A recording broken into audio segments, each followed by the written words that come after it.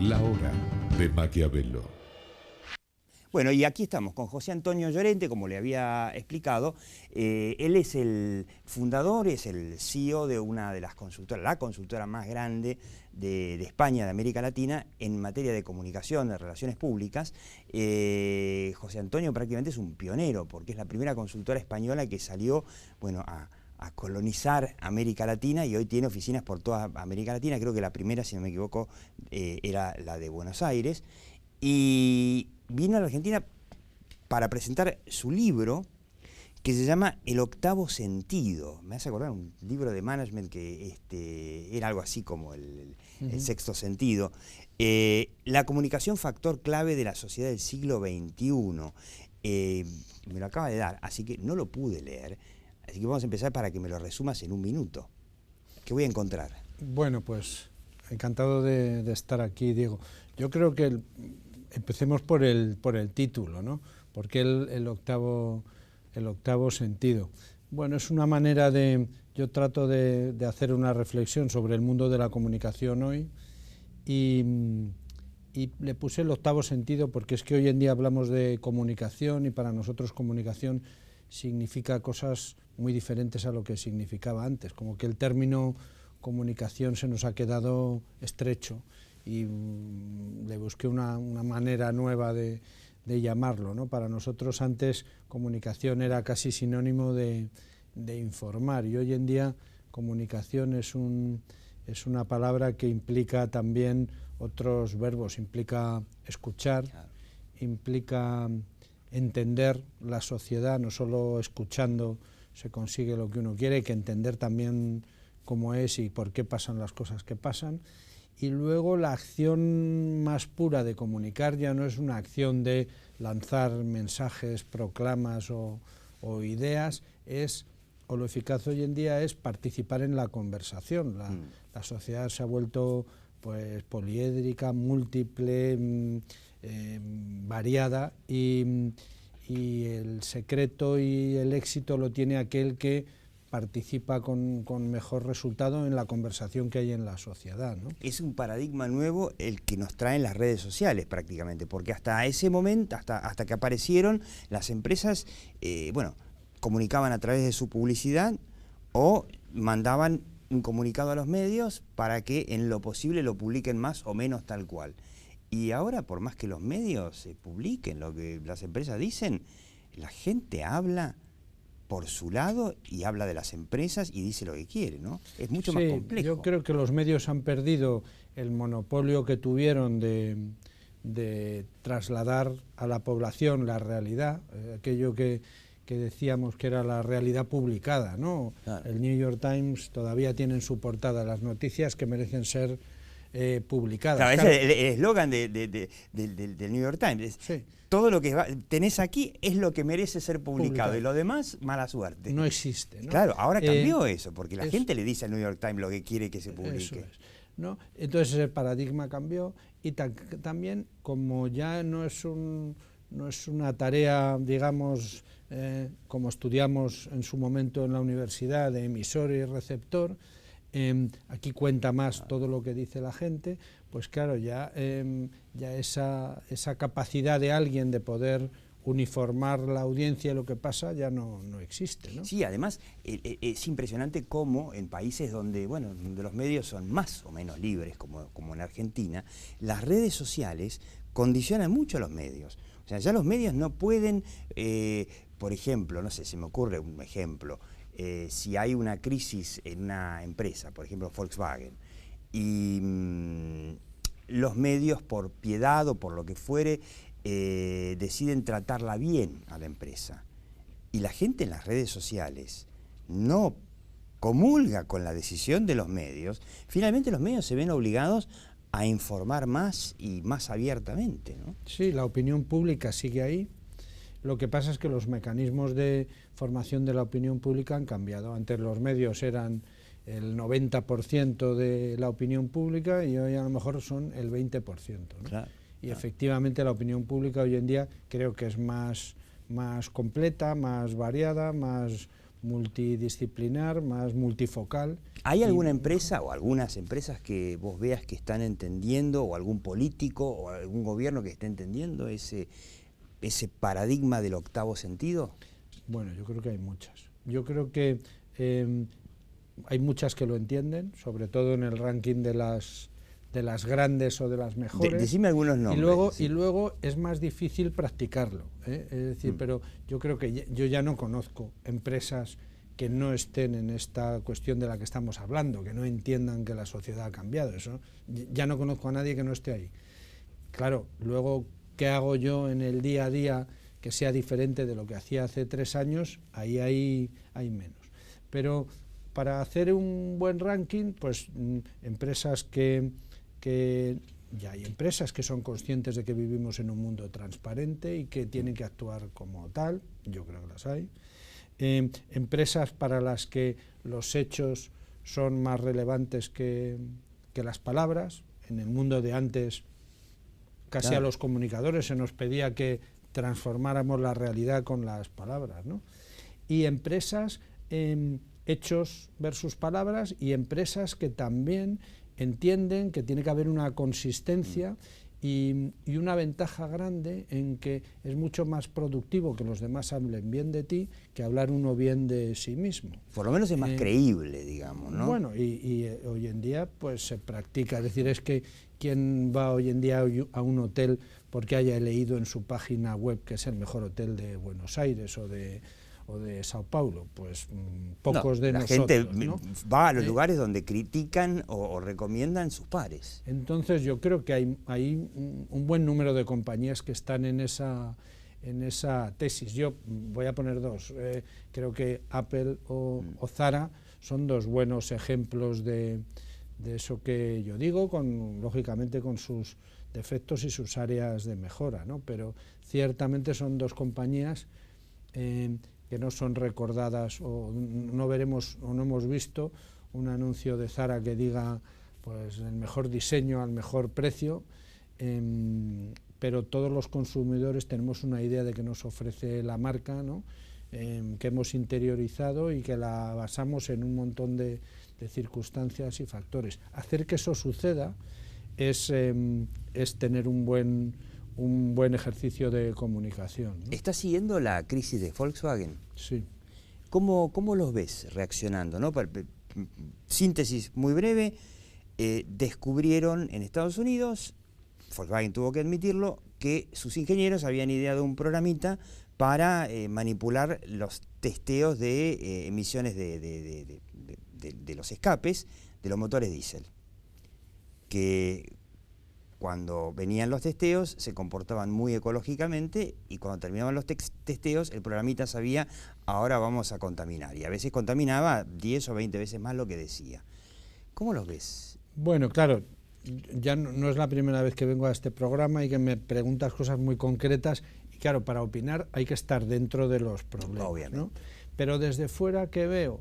Bueno, yo creo que veo a Volkswagen un poco más preocupada por los efectos de la crisis y por sus números y por qué va a pasar con sus resultados, que por el problema en sí, que es un problema de pues fallarle a la confianza de la gente, ¿no?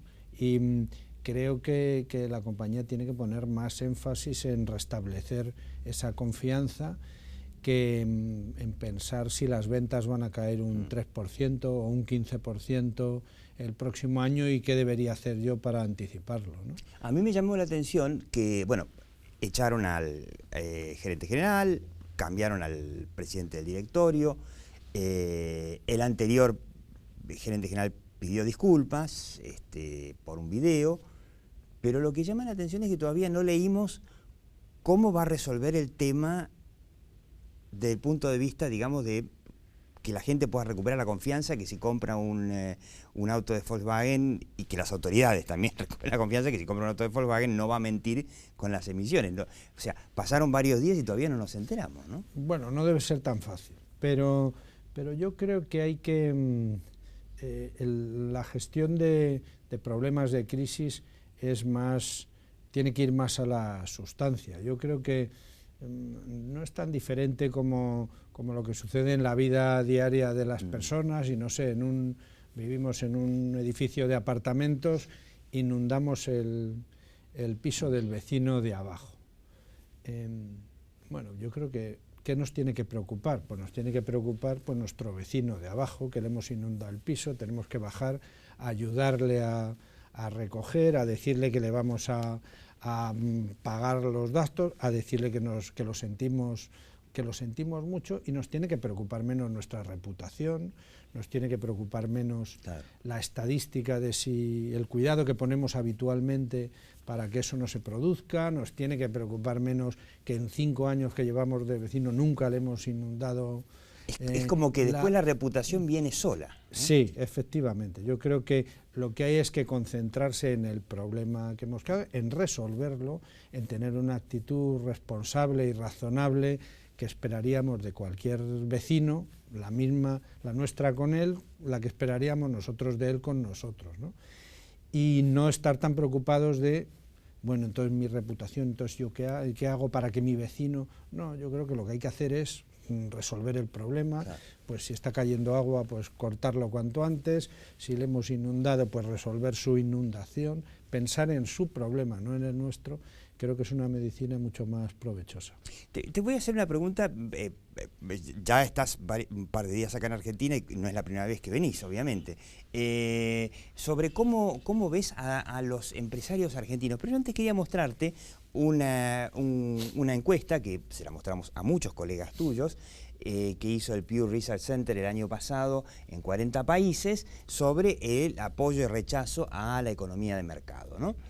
Acá tenemos los países desarrollados, el más pro mercado Corea del Sur, cosa que es entendible porque tienen ahí al lado a Corea del Norte el gran fracaso del comunismo, en la pobreza. Bueno, Alemania, que estuvo 40 años conviviendo con un país comunista, Estados Unidos, obviamente, Israel, Reino Unido, va bajando. Bueno, España está ahí un poquito más abajo, 51 de aprobación o de acuerdo y 45 de desacuerdo, y el promedio de los países desarrollados es 30 en desacuerdo, 63 de acuerdo, claramente acuerdo con la economía de mercado. Fíjate, los países más pobres, ¿no?, del mundo, los países en desarrollo, digamos, del cuarto mundo, Bangladesh, un país paupérrimo, y sin embargo el 80% está a favor de la economía de mercado. Nicaragua también, país que está gobernado por un gobierno de izquierda, a favor de la economía de mercado, El Salvador, etcétera. Palestina, también el promedio, 71 a 24. Ahora quiero que veas cómo estamos los países emergentes, como Argentina. Miren, Vietnam es el más procapitalista, ¿no? Ese país que combatió a Estados Unidos, le ganó para imponer su sistema comunista. Hoy el 95% de los vietnamitas son procapitalistas. China comunista, nuestros vecinos de Brasil, Venezuela. La Venezuela de Maduro, ¿no?, también es hiper procapitalista, 67 a 28. El único país del mundo en donde predomina el rechazo a la economía de mercado es Argentina, con 48 de rechazo a 33. Y yo me pregunto, esto sin duda es un logro de la comunicación del gobierno kirchnerista. Ahora, ¿los empresarios no tuvieron nada que ver con la formación de esta opinión pública? Bueno, yo creo que lo hemos hablado en otras ocasiones, ¿no?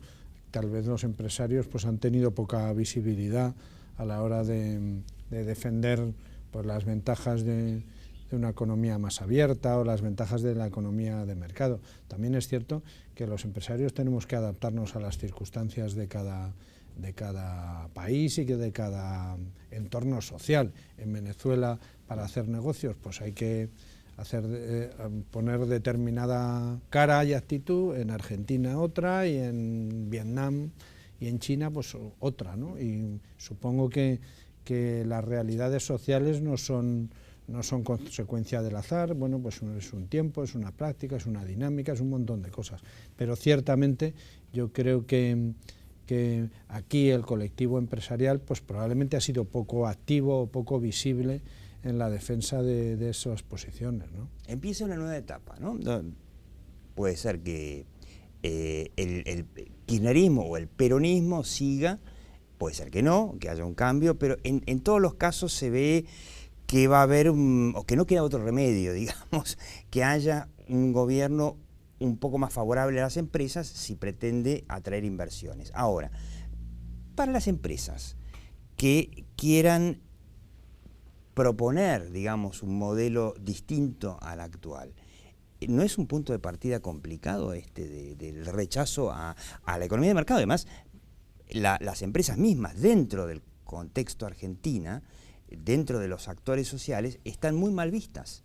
En el ranking de CEO, una consultora que mide la credibilidad de sectores, los empresarios en los últimos años están en el fondo de la tabla de credibilidad. Sí, sí lo es. Y ciertamente no vamos a decir que sea bueno un extremo o el otro. Probablemente una situación de un cierto equilibrio sería tal vez un escenario más favorable, ¿no?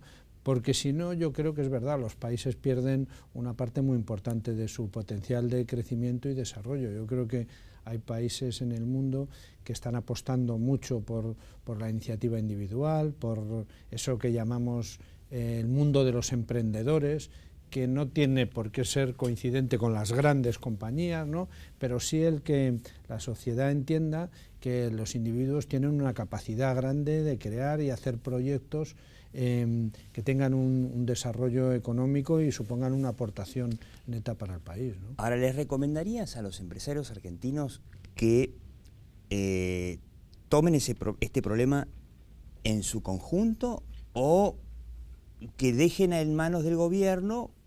Sí, porque todo esto es fruto de Cristina Kirchner, que durante 10 años, Néstor Kirchner, durante 12 años, le vinieron diciendo a la gente, si hay inflación la culpa la tienen las empresas, y las empresas se callaron, el que debe invertir y el que se ocupa del bienestar de la gente es el Estado, las empresas son malas, y este es el resultado.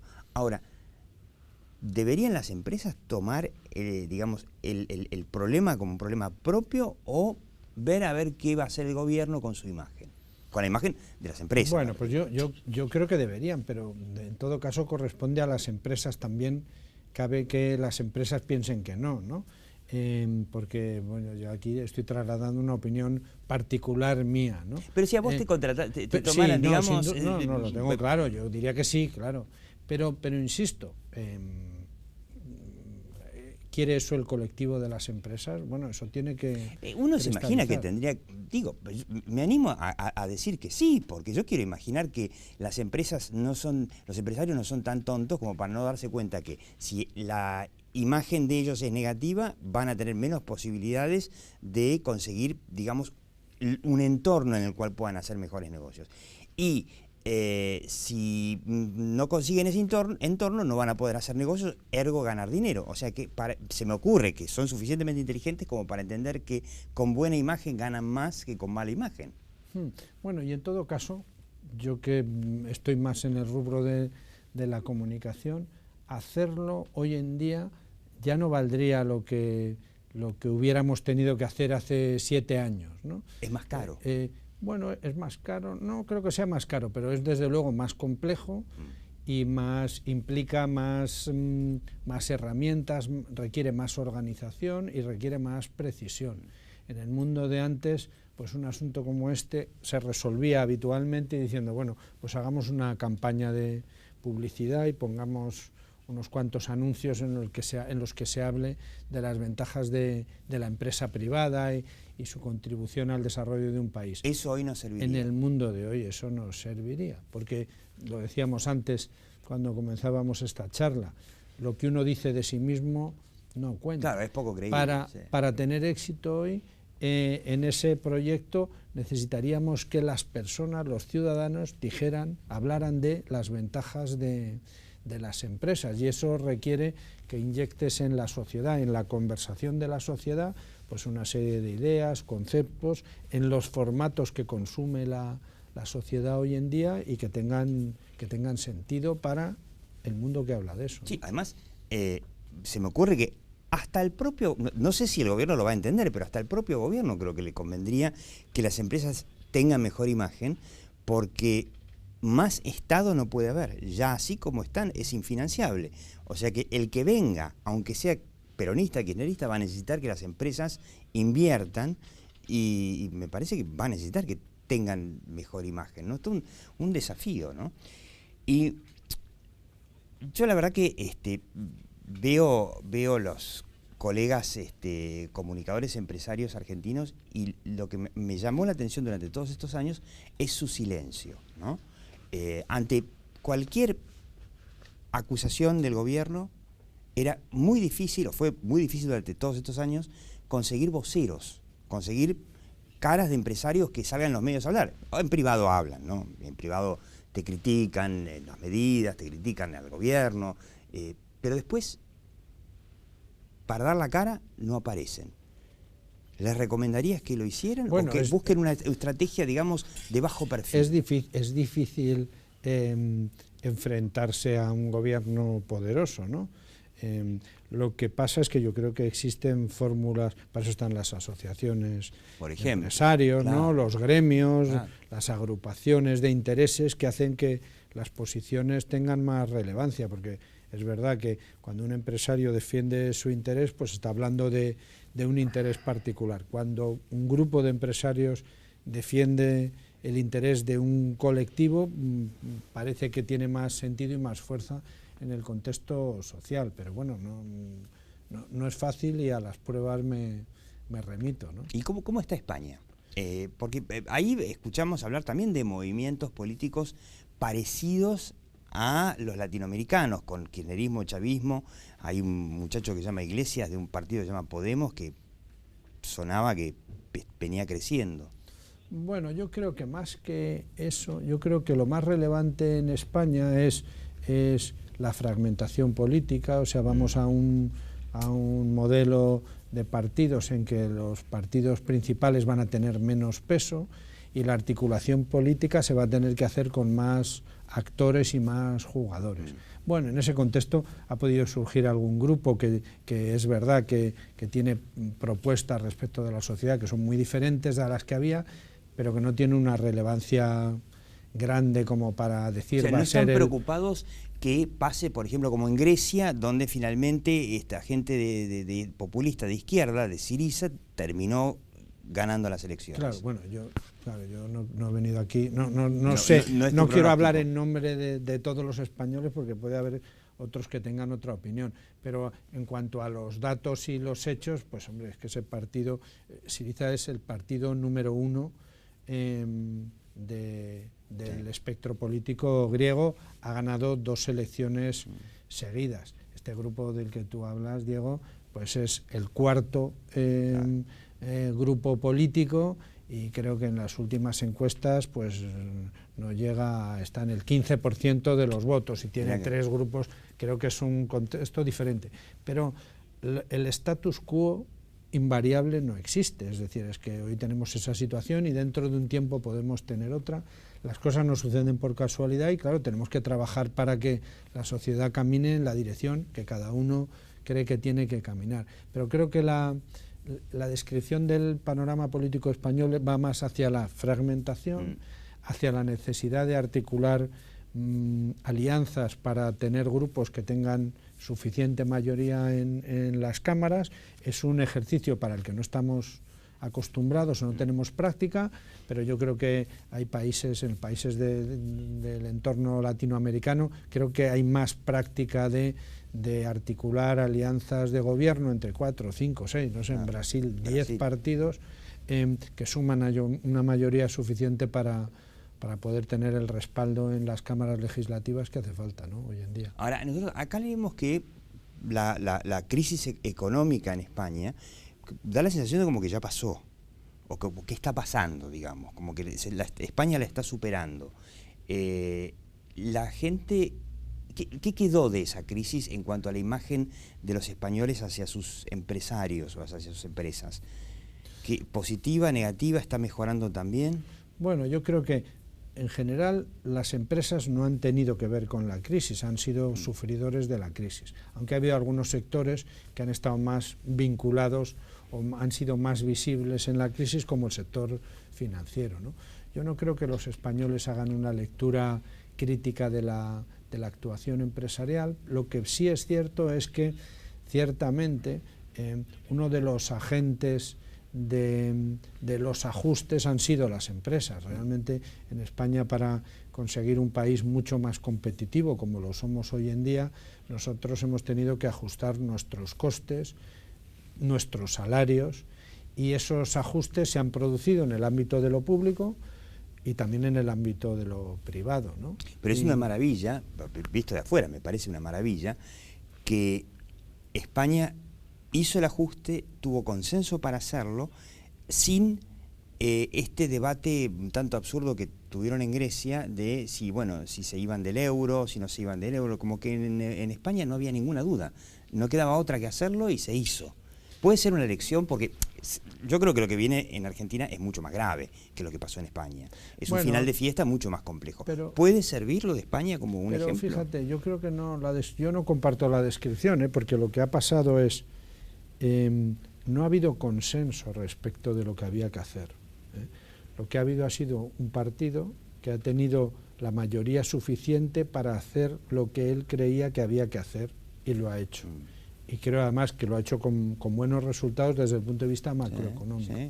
Pero esa gestión de gobierno le ha pasado factura, porque lógicamente las decisiones duras no se toman normalmente con el apoyo de la población. Sí, no te aplauden. Disminuir el sueldo de las personas no es una medida popular. Reducir la plantilla de las empresas no genera...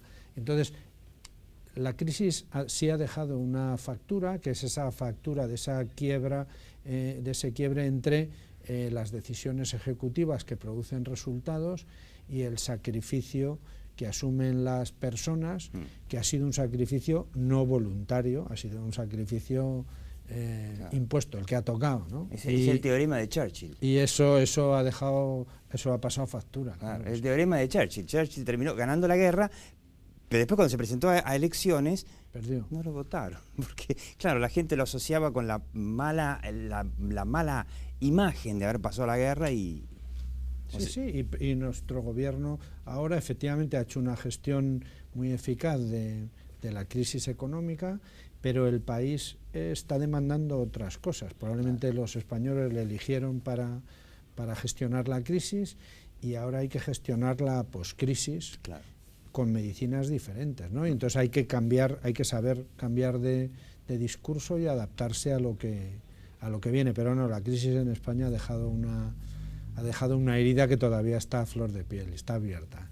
Yo lo que recomiendo, para terminar, lo que recomiendo es que nos sirve de España el ejemplo. Para los gobiernos, yo creo que como manejó el gobierno del Partido Popular la crisis más grave, que bueno, hasta lo de Grecia, digamos, fue la crisis más grave que tuvo un país europeo después de la Segunda Guerra Mundial, fue la de España, y yo creo que hace 5 o 6 años nadie daba un peso por España. Me parece que la crisis la han superado bastante bien, o por lo menos lo peor de la crisis. Y por otro lado también, ¿cómo van a ser las empresas para no ser los más rechazados de la sociedad después de 12 años de relato kirchnerista, de que son los culpables de todo y que todo tiene que venir del Estado? Y bueno, y por otro lado, que la Argentina tenga una opinión pública un poquito más favorable al entorno de la economía de mercado, ¿no? José Antonio Llorente, bueno, les muestro de nuevo el libro, El octavo sentido, que es la comunicación, factor clave de la sociedad del siglo XXI, de José Antonio Llorente. Es el primer libro personal. Me ha llevado 30 años escribirlo. 30 años de know-how sobre la comunicación. Sí. Y que la verdad que es la clave, ¿no? La comunicación en un mundo en donde vivimos hipercomunicados. Bueno, hay que hacer un management de eso. Antes era más fácil, ¿no? Era mucho más fácil. José Antonio Llorente, muchas gracias. Seguimos.